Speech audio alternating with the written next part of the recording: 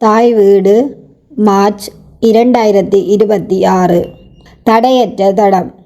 போக்குவரத்து துறையில் பெண்களின் எழுச்சி. எழுதி வாசிப்பவர் செந்தூரன் மேரி ரெசோதா. நாட்டின் அபிவிருத்தியில் பெண்களின் பங்களிப்பு சமீப காலங்களில் கணிசமான அளவு அதிகரித்து வருகின்றது. அபிவிருத்தி என்பது வெறுமெனவே பொருளாதார வளர்ச்சியினை கொண்டதல்ல. மாறாக சமூக, அரசியல் மற்றும் கலாசார கட்டமைப்புகளில் ஏற்படுகின்ற முன்னேற்றகரமான வளர்ச்சி நிலையை கொண்டு கணிக்கப்படுகின்றது. அந்த வகையில் போக்குவரத்து துறை ஒரு நாட்டின் சமூக பொருளாதார அபிவிருத்தி, சமூக ஒருங்கிணைப்பு மற்றும் பிராந்திய சமநிலை அபிவிருத்திக்கான அடிப்படை உட்கட்டமைப்பு துறையாகும். பொதுவாக இத்துறை பாரம்பரியமாக ஆண்கள் ஆதிக்கம் கொண்ட துறையாக கருதப்படுவதால் பெண்களின் பங்களிப்பு மட்டுப்படுத்தப்பட்டதாகவே இருக்கின்றது. 20ஆம் நூற்றாண்டில் பெண்களின் பங்களிப்பு உலக அரங்கில் பல்துறைகளிலும் முன்னேற்றம் காணத் தொடங்கியது. இதனால் பெண்கள் விவசாயம் முதற்கொண்டு விண்வெளி வரையான சகல துறைகளிலும் சாதிப்பதற்கான எல்லைகள் விரிவாக்கப்பட்டன. குறிப்பாக இன்றைய நவீன காலத்து பெண்கள் கல்வி, சுகாதாரம், மருத்துவம், விளையாட்டு, அரசியல், விஞ்ஞானம், தொழில்நுட்பம், அறிவாராய்ச்சி இயல் என்ற அனைத்து துறைகளிலும் முன்னேறி உலகத்தை மாற்றும் வல்லமை கொண்ட சக்தியாக மாறி வருகின்றனர். இத்தகைய சூழலில் போக்குவரத்து துறையிலும் பெண்களின் பங்களிப்பு வெளிச்சம் காண தொடங்கியுள்ளது. இதன் அடிப்படையில் குறைந்தளவிலான பெண்கள் போக்குவரத்து துறைகளிலும் ஈடுபடத் தொடங்கினர். ரயில் சேவை, பேருந்து சேவை மற்றும் இதர போக்குவரத்து பணிகளில் பெண்கள் உலகளவில் இடம் பிடித்துள்ளமை சாதனை மைல் கல்லாகவே பார்க்கப்படுகின்றது. குறிப்பாக ஓட்டுநர், பணியாளர், திட்டமிடல் மற்றும் நிர்வாகத்தில் வெவ்வேறு பங்களிப்புகளை வழங்கி வருகின்றனர். போக்குவரத்து துறையில் பெண்களின் பங்கானது குடும்பத்தின் வருமானத்தினை பெற்றுக் கொடுப்பதுடன் மட்டுமல்லாமல் நாட்டின் பொருளாதாரம், சமூக சமத்துவம் மற்றும் சேவை தரத்தின் மேம்பாட்டில் குறிப்பிடத்தக்க மாற்றத்தினை உருவாக்குகின்றது. உலக வரலாற்றில் முதன்முறையாக 1915களில் லண்டன் பொது பேருந்தில் நடத்துனராக மிஸ்ஸஸ் ஜி டங்கன் என்பவர் இணைந்து கொண்டார். இது பெண்கள் அதிகாரபூர்வமாக போக்குவரத்து துறையில் இணைந்து கொண்ட முதலாவது உலக வரலாற்று நிகழ்வாக பதிவாகியுள்ளது. அவரை தொடர்ந்து ஒரு தசாப்தத்திற்கு பிறகு 1927இல் ஸ்வீடன் நாட்டைச் சேர்ந்த பெட்டா அல்பர்டினா பெர்சன் அந்நாட்டின் அங்கீகரிக்கப்பட்ட முதல் பெண் பேருந்து ஓட்டுநராக பொறுப்பேற்று கனரக வாகனங்களை இயக்குவதில் பெண்களால் முடியும் என்பதை உலகிற்கு நிரூபித்தார். இத்தகைய வரலாற்று சாதனைகள் வளர்ந்த நாடுகளில் பெண்களின் பங்களிப்பை துரிதப்படுத்தின. பின்னைய காலங்களில் போக்குவரத்து துறையில் பெண்களின் பங்களிப்பினை அதிகரிப்பதில் உலகின் பல நாடுகள் முனைப்பு காட்டியுள்ளன. பேருந்து சேவைகளில் மட்டுமன்றி ரயில்வே, விமானம் மற்றும் கடல்வழி போக்குவரத்து துறைகளிலும் பெண்கள் தங்கள் திறமைகளை உலகறிய செய்கின்றனர். தற்கால சூழலில் வளர்ந்த நாடுகளின் போக்குவரத்து துறையில் பெண்களின் பங்களிப்பு வியக்கத்தக்க முன்னேற்றத்தினை கண்டுள்ளது. குறிப்பாக அமெரிக்கா மற்றும் ஐரோப்பிய நாடுகளில் இத்துறையின் பல்வேறு நிலைகளில் பெண்களின் பங்களிப்பு சுமார் 45 வரை உயர்ந்துள்ளது. அதேபோல் ஜப்பான் மற்றும் சிங்கப்பூர் போன்ற கிழக்கு ஆசியா நாடுகள் போக்குவரத்து துறையின் தொழில்நுட்ப பணிகள் மற்றும் மேலாண்மை பிரிவுகளில் 30 முதல் 40% பெண்களை ஈடுபடுத்தி வருகின்றன. இருப்பினும் வளர்ந்த நாடுகளுடன் ஒப்பிடுகையில் வளரும் நாடுகளில் இத்துறையில் பெண்களின் பங்களிப்பு இன்றும் சவால்கள் நிறைந்ததாகவே உள்ளது. போதிய பாதுகாப்பு உட்கட்டமைப்புகள் மற்றும் சமூக கண்ணோட்டம் போன்ற காரணிகளால் அங்கு பெண்களின் ஈடுபாடு குறைவாகவே காணப்படுகின்றது. எனினும் நவீன தொழில்நுட்ப வளர்ச்சியும் பாலின சமத்துவம் குறித்த விழிப்புணர்வும் இத்துறையில் பெண்களுக்கான புதிய கதவுகளை திறந்து வருகின்றன. மேலை நாடுகளில் இத்தகைய மாற்றம் நிகழ்ந்த பல தசாப்தங்களுக்கு பின்னரே இந்தியாவில் அது எதிரொலித்தது. அந்த மாற்றத்தின் முன்னோடியாக ஆசியாவிலேயே அரசு பேருந்தை இயக்கிய முதல் பெண் ஓட்டுநர் என்ற வரலாற்று பெருமையை தமிழகத்தைச் சேர்ந்த ஜே. வசந்தகுமாரி பெற்றார். 1993 ஆண்டு ஏப்ரல் மாதம் அப்போதைய தமிழ்நாடு அரசு போக்குவரத்து கழகத்தில் ஓட்டுநராக பணியில் இணைந்த இவர் சமூக மற்றும் நிர்வாக ரீதியிலான பல்வேறு தடைகளை தகர்த்து இத்துறையில் இந்திய பெண்களுக்கான புதிய நுழைவு வாயிலை திறந்து வைத்தார். இலங்கையின் பொது போக்குவரத்து வரலாற்றில் ஒரு மைல்கல்லாக 2026 பிப்ரவரி 6 இலங்கை போக்குவரத்து சபை முதன்முறையாக 20 பெண் நடத்துனர்களை அதிகாரபூர்வமாக பணியில் இணைத்து கொண்டது.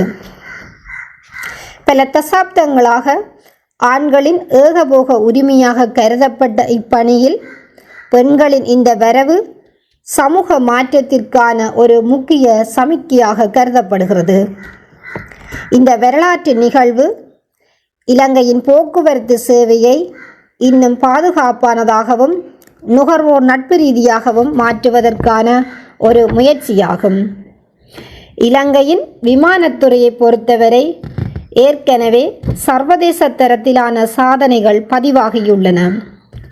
2008 ஆண்டு ஆகஸ்ட் 30 ஸ்ரீலங்கன் ஏர்லைன்ஸ் முதல் பெண் கேப்டனாக அனுஷா ஸ்ரீரத்னே நியமிக்கப்பட்டமை வான்வழி போக்குவரத்து வரலாற்றில் ஒரு மைல்கல்லாகும். இத்தகைய முன்னெடுப்புகள் வெறும் வேலை வாய்ப்புகளானவை மட்டுமல்லாமல் பாலின சமத்துவத்தை உறுதிப்படுத்தும் நீதி கோரிக்கைகளாகவும் நல்லாட்சி மற்றும் சமூக முன்னேற்றத்திற்கான அடிப்படை தூண்களாகவும் அமைகின்றன. இருப்பினும் தற்போதைய தரவுகளின்படி இலங்கை போக்குவரத்து துறையில் பெண்களின் ஒட்டுமொத்த பங்களிப்பு வெறும் 3.4% என்ற மிக குறைந்த அளவிலேயே நீடிக்கின்றது. இது உலகளாவிய சராசரியுடன் ஒப்பிடுகையில் பின்னடைவான நிலையையே காட்டுகின்றது. எனவே இத்துறையில் நிலவும் சவால்களை களைந்து உட்கட்டமைப்பு மற்றும் பாதுகாப்பு வசதிகளை மேம்படுத்துவதன் மூலமே இத்தகைய வரலாற்று சாதனைகளை ஒரு நிலையான சமூக மாற்றமாக கருத முடியும். குறிப்பாக சில துறைகளில் பெண்கள் உள்ளீர்க்கப்படுவது மிக அரிதாகவே இடம்பெறுகின்றன. சகல துறைகளிலும் பெண்களின் பங்களிப்பினை அதிகரிப்பதுடன் பெண்கள் தாமாகவே விரும்பி பொது போக்குவரத்து துறைகளிலும் பணியாற்ற முன்வர வேண்டும். இதற்கான முறையான சாரதி பயிற்சிகளை வழங்குவதிலும் பெண்களின் உள்ளீர்த்தலை அதிகரிப்பதிலும் புதிய மாற்றங்களினை கொண்டு வர வேண்டியது அவசியமாகும். பொது போக்குவரத்து துறையில் பெண்களின் முக்கியத்துவம். போக்குவரத்து துறை மனித வாழ்வியலோடு நெருக்கமான தொடர்பினை கொண்டுள்ளது. மக்கள் தங்களது நாளாந்த தேவைகளை பூர்த்தி செய்வதற்கு பொது போக்குவரத்தினையே நம்பி வாழ்கின்றனர். குறிப்பாக இச்சேவைகளை பயன்படுத்துபவர்களில் ஆண்களுடன் ஒப்பிடுகையில் பெண்களும் பெண் குழந்தைகளும் அதிகளவில் உள்ளனர். இதனால் பொது போக்குவரத்தில் பயணிக்கும் பெண்கள் பாலியல் ரீதியிலான அச்சுறுத்தல், சீண்டல்கள் என்பவற்றுக்கு முகம் கொடுப்பவர்களாகவும் உள்ளனர். நீண்ட நேர பயணம் மற்றும் இரவு நேர பயணங்களில் பெண் பயணிகள் பயம் கலந்த அச்சத்துடன் பயணிக்க வேண்டியுள்ளது.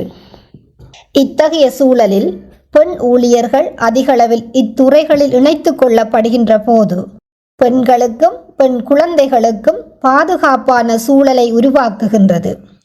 இவற்றினை சமூக மாற்றத்தின் ஒரு முக்கிய புள்ளியாக கருத முடியும். இத்துறைகளில் அதிகமான பெண்கள் உள்ளிட்டு கொள்ளப்படுகின்ற பட்சத்தில் பெண்கள் உரிமைகள், பாலின சமத்துவம், நீதி மற்றும் செயல் என்பவற்றின் பிரதிபலிப்பாக விளங்கும். குறிப்பாக பெண்கள் ஓட்டுநர், நடத்துனர், அலுவலக நிர்வாகி, டிக்கெட் பரிசோதகர் போன்ற பல பொறுப்புகளில் பணியாற்றுவது பெண்களின் திறன், தன்னம்பிக்கை மற்றும் சமூகத்தில் அவர்களின் சம உரிமையை வெளிப்படுத்துகிறது. அத்துடன் பெண்கள் தாங்கள் விரும்புகின்ற தொழிலை செய்வதற்கான சுதந்திரத்தை வழங்குகின்றது. குறிப்பாக பெண்கள் இப்பேற்பட்ட துறைகளில் ஈடுபாட்டினை வளர்ப்பதனால் பால்நிலை ரீதியிலான சமூக மூட நம்பிக்கைகள் உடைத்தெறியப்படுகின்றன.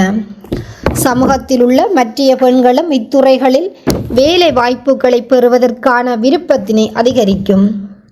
இன்றைய நவீன சமூகங்களில் கூட பல குடும்பங்களில் பெண்கள் ஆண்களை போன்று கடினமான வேலைகளை செய்வதற்கு அனுமதிப்பதில்லை. அவை ஆண்களுக்கு உரித்தான வேலை என்று காலங்காலமாக நம்பப்படுவதால் தங்களது பிள்ளைகளும் இத்தகைய வேலைகளுக்கு செல்வதனை குடும்பத்தினர் விரும்புவதில்லை. உண்மையில் ஒருவர் விரும்புகின்ற தொழிலை செய்கின்ற போதுதான் திருப்தி உணர்வையும் மகிழ்ச்சியையும் அனுபவிக்கின்றனர்.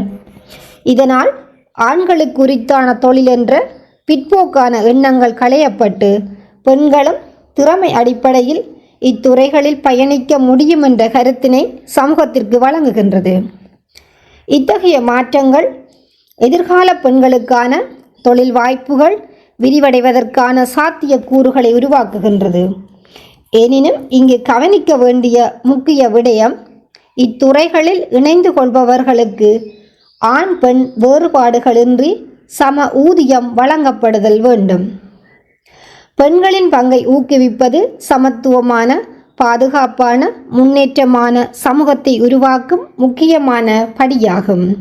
இத்தகைய துறைகளில் பணிபுரியும் பெண்களுக்கு பணி இடங்களில் நிலவும் பாதுகாப்பு குறித்த ஏற்பாடுகள் மற்றும் பொருத்தமான வேலை நேரங்களை அரசாங்கமும் போக்குவரத்து நிறுவனங்களும் வழங்க வேண்டும். பெண்கள் பாதுகாப்பாகவும் மரியாதையுடனும் பணிபுரியக்கூடிய சூழல் உருவாகினால்தான் இத்தகைய முன்னேற்றங்கள் நீடித்து நிலைத்த வளர்ச்சிக்கு வித்திடுவதாக அமையும். பெண்கள் குடும்பத்தின் பொருளாதாரத்தில் முக்கிய பங்குதாரர்களாக விளங்குவது மட்டுமன்றி நாட்டின் அபிவிருத்தியிலும் கணிசமான பங்கினை கொண்டுள்ளனர். ஒரு தனிநபரின் ஒட்டுமொத்த வளர்ச்சியானது தேசிய உற்பத்தி வருமானத்தினை அதிகரிக்கின்றது. இந்நிலையில் பெண்கள் தடைகளை தாண்டி வாழ்க்கையில் முன்னேறுவதற்கான பாதைகளினை செம்மைப்படுத்த வேண்டியது அரசினதும் சமூகத்தினதும் கடமையும் பொறுப்பும் கூட. போக்குவரத்து துறையில் பெண்களின் பங்களிப்பு என்பது வெறும் வேலைவாய்ப்பு சார்ந்தது மட்டுமல்ல, அது ஒரு நாட்டின் சமூக நீதி மற்றும் பொருளாதார முன்னேற்றத்தின் அடையாளமாகும்.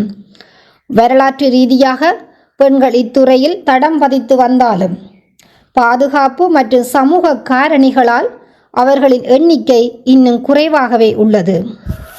எனவே பெண்களுக்கு பாதுகாப்பான பணிச்சூழல், சம ஊதியம் மற்றும் உரிய பயிற்சிகளை அரசும் சமூகமும் இணைந்து வழங்க வேண்டும்.